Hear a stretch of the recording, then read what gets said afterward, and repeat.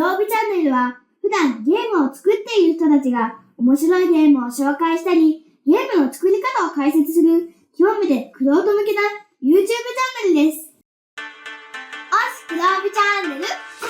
はい、皆さんこんにちは。黒帯ゲームスの丹沢です。さて、今回の黒帯チャンネルは僕がずっとやりたかった念願の企画でございます。お付き合いいただく素敵なゲストをご紹介いたします。ファイストアミューズメントリサーチのゲームデザイナーで古武術二電流の師範代でいらっしゃるご存知、久保田優良先生です。はい、ファイストアミューズメントリサーチのゲームデザイナー、久保田優良です。よろしくお願いいたします。よろしくお願いします。本日はよろしくお願いいたします。よろしくお願いします。お呼びいただきありがとうございます。はい、なんか昔飲んでる時かなんかにこういうのやりたいですみたいなことをお伝えして以来ずっと温め続けてまいりましたが、ようやく時が満ちたということで、お声掛けさせていただきました。はい、よろしくお願いいたします。知る人ぞ知るというところではあるんですけども、そもそも久保田先生、古武術、をやられているということで、なかなか古武術って、例えば中学とか高校とかで部活で出会ったりとか、その日常生活であんまり古武術の使い手と出会うことがないと思うので、簡単にその二電流と、どういうことをやられているのかって教えていただいてもよろしいでしょうか。はい。まず二電流は、いわゆる古武術に分類されるんですけども、その最初は、竹石健宗先生っていうのが、明治に道場を開いて、で、それが健宗流っていう名前で、そこからの流れで二電流っていうのが新しいまだ流派ですね。10年ぐらい起こして。なるほど。はい、ぐらいの流派で。関東の方を中心に。そうですね。神奈川を中心に、はい、活動してまして、ただその健宗流自体は、遡ると戦国時代の浅山一電流と無比流を、その竹石健宗先生が、2つくっつけたので、二電なんですかね。その名前で二電流。漢字の二を人に変えて、二電流って名前にしてるっていう形なんで、技自体は、浅山一電流と無比流の技を並伝してるっていう形になります。はい。普通に二電流でグルと久保田先生の動画がヒットしますね。鎌倉かな？演舞会かなんかでね。確かやったのが。なので、もし興味ある方は、ちょっと調べていただきたいと思うんですけど、古武術って言っても、いろいろ、古武術って多分幅広いと思うんですけど、都市空拳だけではなく、結構いろんな、武器を使ったりとか、いろんな技があると思うんですけど、二電流で使う武器とか、獲物ってどういうものが代表的いくつか持ってきたんですけど。持ってきていただいた。これが一般的。はい。はい。居合術で使う刀ですね。刀ですね。真剣じゃないです、これ。模擬刀って言われている、あと居合刀っていう場合もあるのかな。これ流派とか人によって変わるんですけども、実際に稽古に使える刀。合金でできてて、刃がついてない。安全っていうと安全な。そうですね。はい。ものですね。はい。僕もちょっとだけ居合やってたんですけど、安いやつを大学生だったんで使ってましたけど、ちょっと長め。そうですね。実は身長によって合わせた方が良かったりとかするんで、これは青春って言われてる普通の長さよりちょっと長めにしてます。この方が抜刀の音の練習にもなるので、長い方が。はい。居合といえばやっぱり抜刀の音がスタートっていう感じですよね。特に抜刀はやれると思いますけど、でも納刀の時に手元を見ながら納刀するとめっちゃかっこ悪いんで、ちゃんと正面相手を見据えながら納刀しようとすると、やっぱり自分の刀の寸が体にちゃんと染みついてないと、いてみたいな、この辺刺すみたいなことありますよね。先は尖ってるんでね。そうですね。練習用でも先は痛いです。何度か刺したことあります。うちは杖って言ってるんですが、杖って書いて杖を使ってるんですけども、いわゆる棒術ですよね。うちは杖術って言います。で、一般的な六尺棒って言われてるやつよりもちょっと短め。で、これが無比流の、整数で五尺五寸って言われてるのが浄道で、その派生で、この長さ。めっちゃ短いんですよ、これ。で、春杖って言います。春ってどういう？はやぶさっていう字を。で、いわゆるステッキ術ですね。なるほど、なるほど。これも。普段持ってるステッキとか、身近にある傘とか、そういうものを利用して戦えるような。実用的ですよね。で、新しい技だと思うんですよね。剣宗流か、その流れの小刀流で多分できた技じゃないかな。護身術とかにやっぱり近い。そうです、そうです。よね。相手が武術家と戦う時というよりは。でもね、刀に対する技もあるので。なるほど。じゃあやっぱり戦国時代だとかの戦い方っていうのが反映されてるんですかね。で、あと、体術。さっき言った都市空間ですね。主に関節技と投げ技。で、打撃技は実は少ない。基本的には関節決めて投げておるっていう。関節決めて投げておる。そう。無比延命流みたいな、そういう、なんで、稽古は加減してやるっていうのがあって、その体術の延長上で、こういう。これね、僕初めて拝見しました。短棒。短い棒って書いて短棒ですけども、関節決めて、投げたりとかするっていう。ちょっと簡単な。こうやって、見えるかな。そうやって構えるっていうか。で、これで暗記。なるほど。その状態で、袖に隠してか。なるほど。で、こういう状態で。で、じゃあ急に、ボーンってこう来ましたってこの状態で、これ関節決めるっていう。こう抜こうと思っても、これ抜けないです。結構痛いです。そうですね。そうです。みたいな使い方をする短棒ですね。今日持ってきてないんですけども、小立があって、このぐらいですかね。小立があって、あと鎌。鎌術。鎌いいですね。これ、鎖鎌じゃなくて、いわゆる陣鎌って言われている、戦いに使うちょっと大きな鎌ですね。を使うのと、小具足。もう字も浮かばないです。合口よりもね、ちょっとね、長めの、で、小立よりも短い刃物を使って、甲冑着込んでやる技がある。甲冑を着込んで練習するっていうこともある。実際には、稽古自体は甲冑もちろんつけないんですけども、その小具足っていうのがあって、大体そんなところですかね。いわゆる古流なんで、元が。技が多い。ちょっとマニア向けっていう感じしますね。さっき言った体術、いわゆる都市空間の技だけで、全部で108本。型が。ちょうど、切りのいいというか。一応、天の巻、地の巻、陣の巻っていう3つに分かれてて、それぞれ上段、中段、下段ってあって、それぞれに技がこうあって、っていう合計するとは108本になってるのかな、確か。そういうのを型とかで練習するんですか？基本的に型です。型で。実際には使いませんけど、実践でどうそれを使っていくかどういう想定でここは動いてるかっていうことですよね。なるほど、なるほど。古武術と僕もいろんな武道やってきてはいるんですけど、あんまり出会ったことがなくて、どういうきっかけでこう始められたんですか？これがね、全然古武術と関係ないんですよ。うちの子供が小学校の時なんですけども、この地域にはこういうのがありますよ、みたいのをやる行事があるんですけども、そこの印刷物を作るっていうのが、PTA であって、PTA? そう。印刷を頼んだところが、今の二連流の前の、その遠流っていう別の流派なんですけども、そこの館長さんが、実はその印刷屋さんで。なるほど。で、もうじゃあ本当に偶然で、それで見学に行って、そこに入門してっていう、本当に偶然なんですよ。そこまでは他の柔道とかやられてたとか。小学生の時に剣道をやってたぐらいですね。あとは授業で柔道をやったぐらいです。武道やられてないと分かんないと思うんですけど、師範代って生半可な覚悟でなれるものじゃないんですよ。でもね、最近はそうでもないんですよ。厳しくすると、みんなね、やめちゃうんで。ちょっとね、全体として今っぽくしてるというか、その入り口もちょっと優しくしたりっていうところはありますけどね。最近はそんな感じです。いや、好きな技みたいなってこうあるんですか？好きな技、体術だと、背車っていう。背車、かっこいい。もう格ゲーの世界ですよ。投げ技？投げ技です。投げ技。はい。基本的に相手の攻撃、上段突きを受けて払ってから、相手を背中に背負って、そのまま前に落として。じゃあその上段突きの突きを掴んじゃって。いや、払って、顔面裏剣して、そのまま相手の手を掴んで、で、背中に回りながら、後ろ襟を掴んで、相手をそのまま背負って、そのまま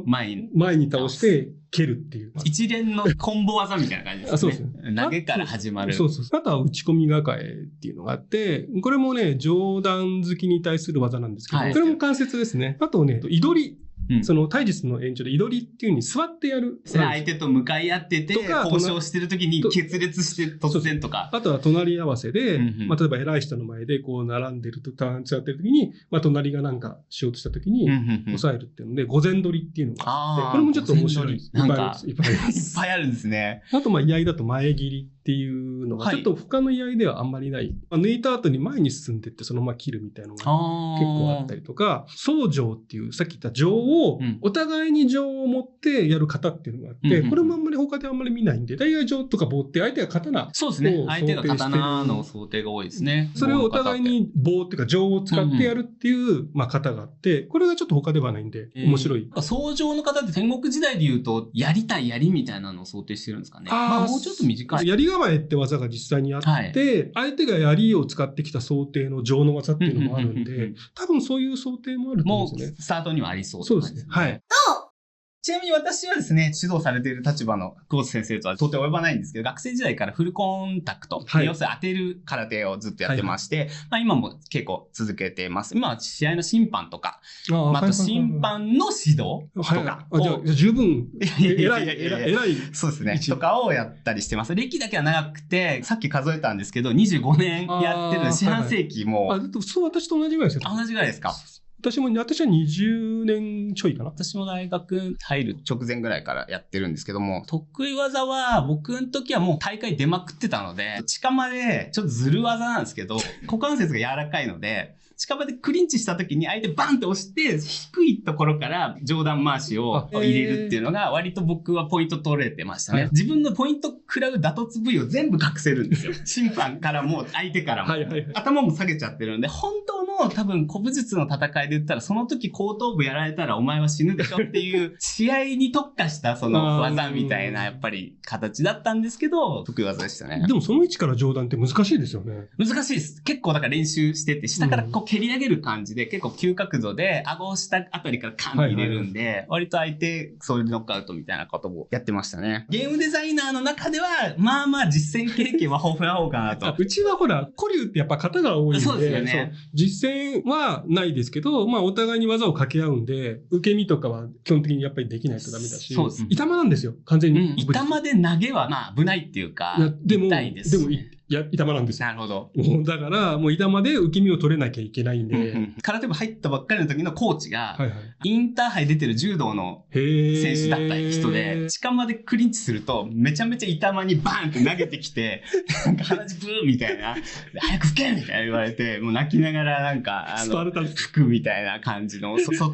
てられ方をしたので、結構受け身みんな取れるようになってるっていう不思議な空手部だった。まあ空手でもね、倒れちゃうことはもちろんね、そうですね。あるから。もちろんあるんで、まあ転び方は最低限は教えるんですけど、あとはまあ高校の時に合気ちょっとやったのと、居合と棒をそれぞれちょっとずつやってますけど、まあ基本は空手ずっとやってるっていう感じですね。今日はですね、テーマとしては、まあ久保田先生は主にまあアナログ TRPG の土俵でやられていて、まあ僕は主にデジタル主戦場で、まあアナログもちょっとやってますしっていうところで、これまで多分数多くのバトルシステム、戦闘システムを設計したり作ってきたと思うんですけども、武術をたしなむゲームクリエイターの立場から、ちょっとバトルシステム談義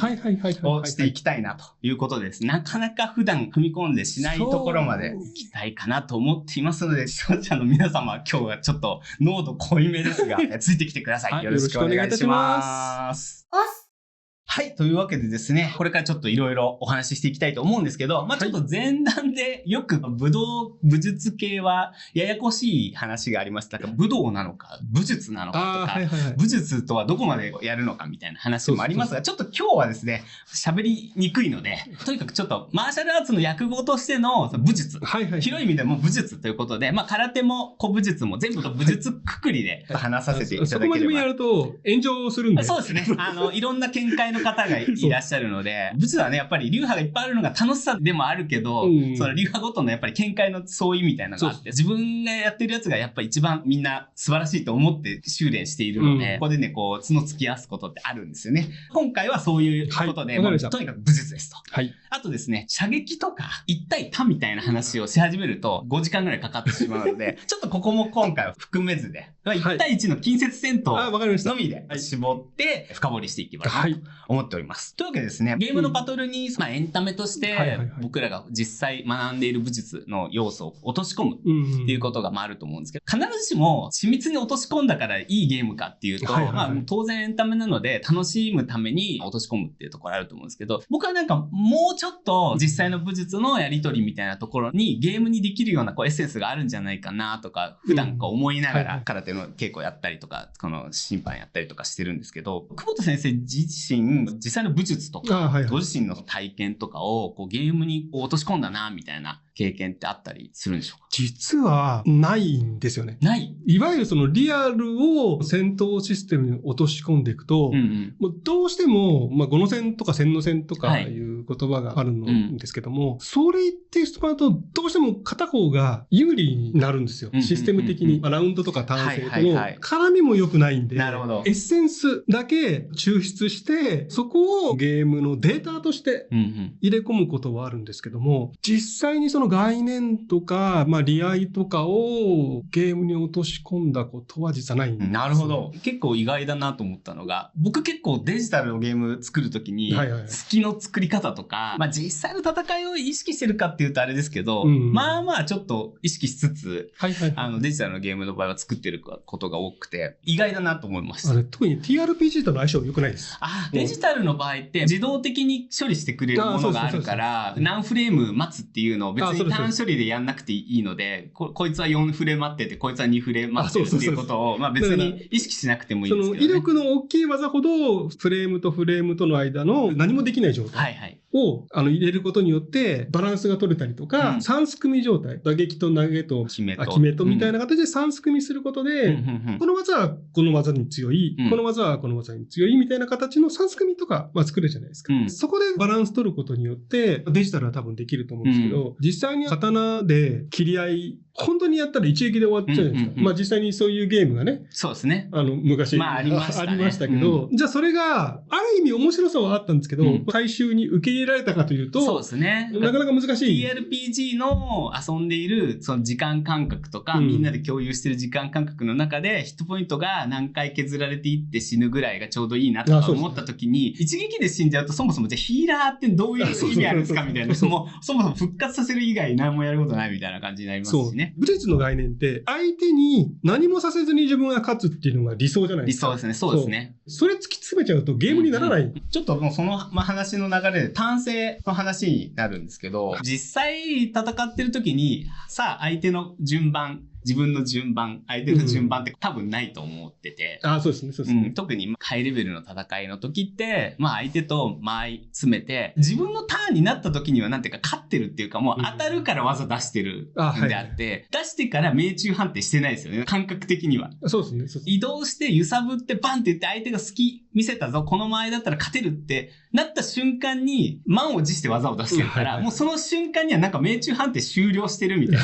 感じがあって、そこでコロコロって転がしてるサイコロとの相性みたいなのがあんまりピンとこないなーって思っているんですけど、じゃあそれをどうやってゲームにすんのみたいなところで言うと、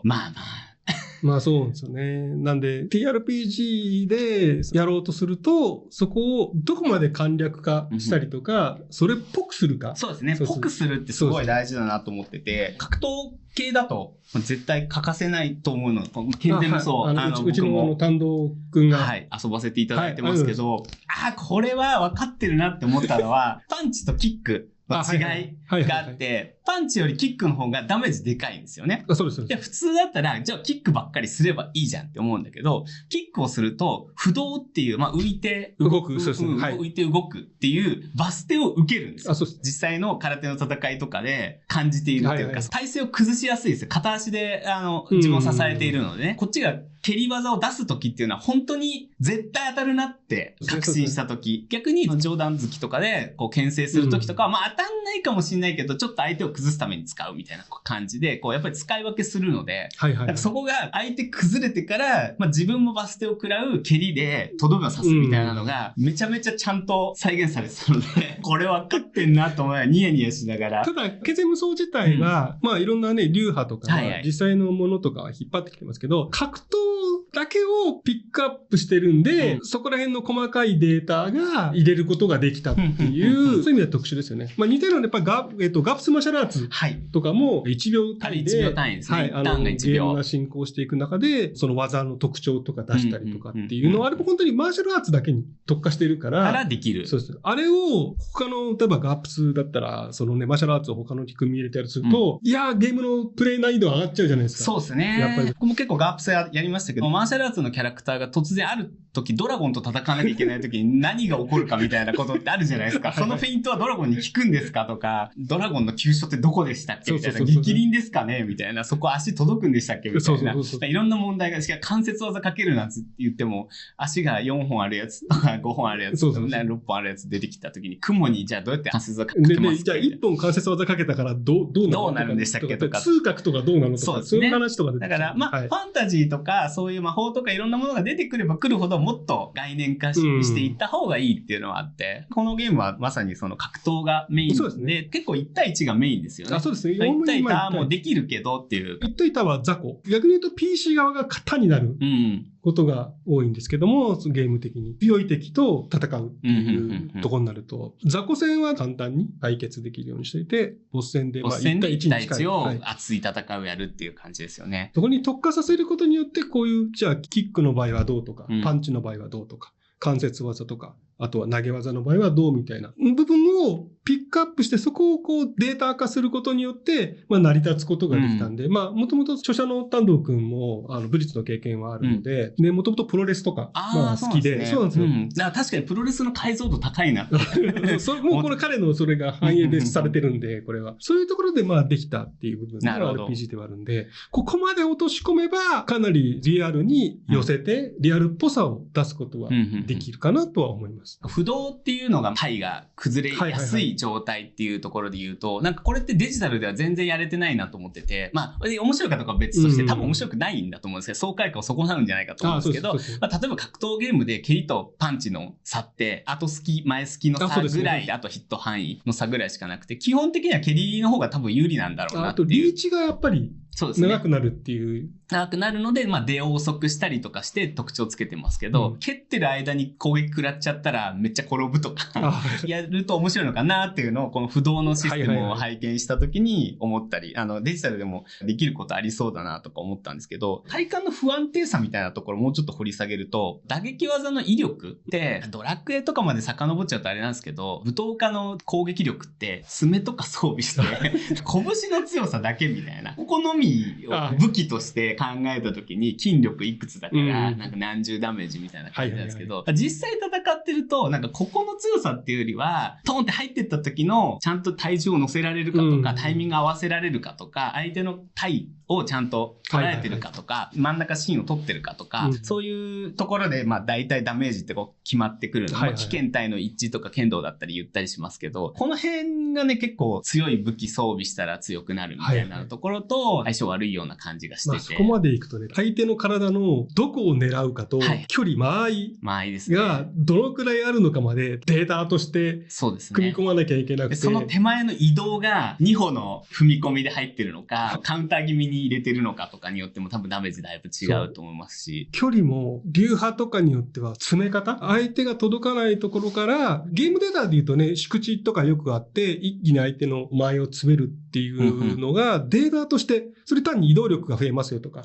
そういうデータだけになっちゃうんだけど、実はあれって体を斜めにしてる状態から、半身っていう、そう、半身の状態から、前足を詰めてすぐ後ろ足を詰めることによって、距離を縮めたりとかっていう、体全体の動きがあるじゃないですか。そうですね。そこまで来ると、これゲームデータに無理だよねっていう、そうですね。話になっちゃうんで。寄り足で体を攻めていくっていうのは、要するに自分の体をこのまま半身の状態で相手に前詰めていくので、隙を見せないんですけど、追い足って言って足をこう追い越すときって、すごい好きなんですよ。体が一回正面を向くので、その状態が好きなので、なるべく武道ってこうしないで、こう、前が行って、後ろが追いつくっていうやり方のことを今言ってます。その間合いの詰め方と追い足しちゃったってか言うと、もう今状態として右足が前にいるのか、後ろ足がどっちにあるのかっていうこともキャラクターシートで管理しなきゃいけなくなってきて。デジタルだとね、ほら、バーチャファイターはあれちゃんとほら、二の字ハの字みたいな形で、ちゃんとそれによって技のリーチが変わるとかっていうのまでデータ化されてたじゃないですか。どっちの足を前に出した方が有利とかっていうのがありましたけど、RPG でそこまでは無理だよねって話なんで。じゃあそれをどういう形でデータに落とし込むかっていう部分に関わってきちゃうんで、難しいでしょうね。この辺はね。さっきね、反省バトルの話ありましたけど、もうちょっとなんかこの話を掘り下げたいなと思ってまして、デジタルだと、単性で誰々のターン、誰々のターンってこうやっていくことが多いですけど、FF とかみたいにアクティブタイムバトルで時間制限がありそうな感じの雰囲気を出している時もありますけど、大元としては誰のターン、誰のターンっていうのが交互に来るなっていうのがあって、実際の戦いだと、そんなにお行儀よく A さん、B さん、A さん、B さんっておいしょおいしょって戦うことってないと思うんですけど、この辺もうまいこ事実践っぽさがね、あくまでぽさが出せたらいいなとか思うんですけど、なんかそういうゲームってあったりしますかね。セブンフォートレスとかナイトウィザード、菊池さんが作ってたゲームだと、行動値を分割するみたいな形で、使った技の威力が高い技だったら行動値がいっぱい減るみたいな形で、常に行動値を管理して、残った行動値が高い人から行動していくみたいな形で、技の隙であるとか、自分のラウンド中に何回行動できるかみたいなのを調整するのがあったり、あと、シャドウランのダイスプールも多分似たような、そうですね。概念にはなると思うんですけども。菊池さんのゲームのやり方って、デジタルに似てるなと思って、その前好き、後好きで、作るみたいな。この人は1回攻撃出してる間に向こうは2回出せるよ、みたいなのは、デジタルゲームでも、格ゲーとかの作り方も似たような感じだったりするのかなと思う。ただ、TRPG でやるとすると、やっぱどうしてもそこにね、コストが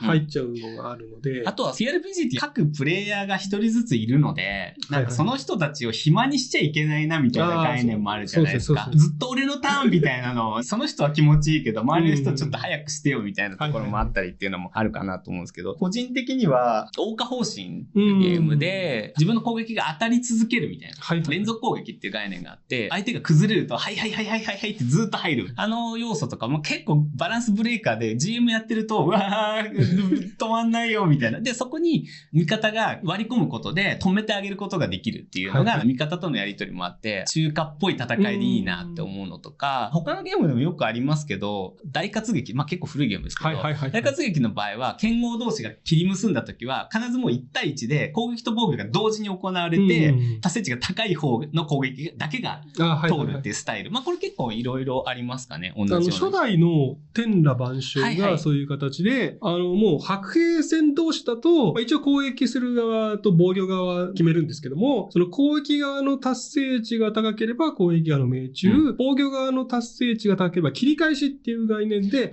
防御側がやっぱ命中する。の攻撃が当たるってことですよね。みたいな形で、すごい勢いでのやり取りしてる戦いを凝縮して概念としてまとめてるってこっちが勝った、こっちが勝ったっていう形でやる。で、天羅の場合っていうのは、どちらかというと因縁とか業とか宿業みたいな、そういう方向に重きを置いてるので、戦闘システムはあくまでも、簡略化した形で。簡略化した上で、その中でどういうことが起きているのか、みんなの想像力で補うっていう感じですよね。そういう形まで多分簡略化すると、一番それっぽいある意味の形になるのかな。ゲームによって表現したいバトルの形とか、ここまで縛っちゃうと逆に想像力を阻害しちゃうから、ここは緩くしといた方がいいねとかっていうのもありますもんね。私のガレオダでも連続攻撃っていうのはやってますけど、あれは攻撃の技能が高い場合に命中値をちょっと減らして、分割してたくさん殴る、たくさん殴るっていう形。その代わり当たりにくくなるので、一発で命中値が高い攻撃をするか、クリティカルを狙って分割して攻撃するかっていう、逆にプレイヤーの選択？僕もかなり高レベルまでキャンペーンをやらせていただいたので、高レベル同士でね、命中値200同士の戦いとかになると、2回にしといて、みたいな、クリティカル値を上げた方がいいのかなとかっていうのが、キャラによって選べたりとか、場合によって選べたりするのはすごい楽しいですね。似たようなのが、僕昔好きだったマジカルランド RPG も命中値下げて、2回攻撃とか3回攻撃できて、スタイルすごい好きですね。高レベルまでやれるゲームで、スタイルは、ね、レベル上げていく理由もすごいつくし、毎回単調にサイコロ振るんじゃなくて、今回どうしようって毎回考えられるのがすごいいいなと思ったりします。ただ、その攻撃側と防御側のやりとりっていう部分からはちょっとやっぱずれちゃうんで、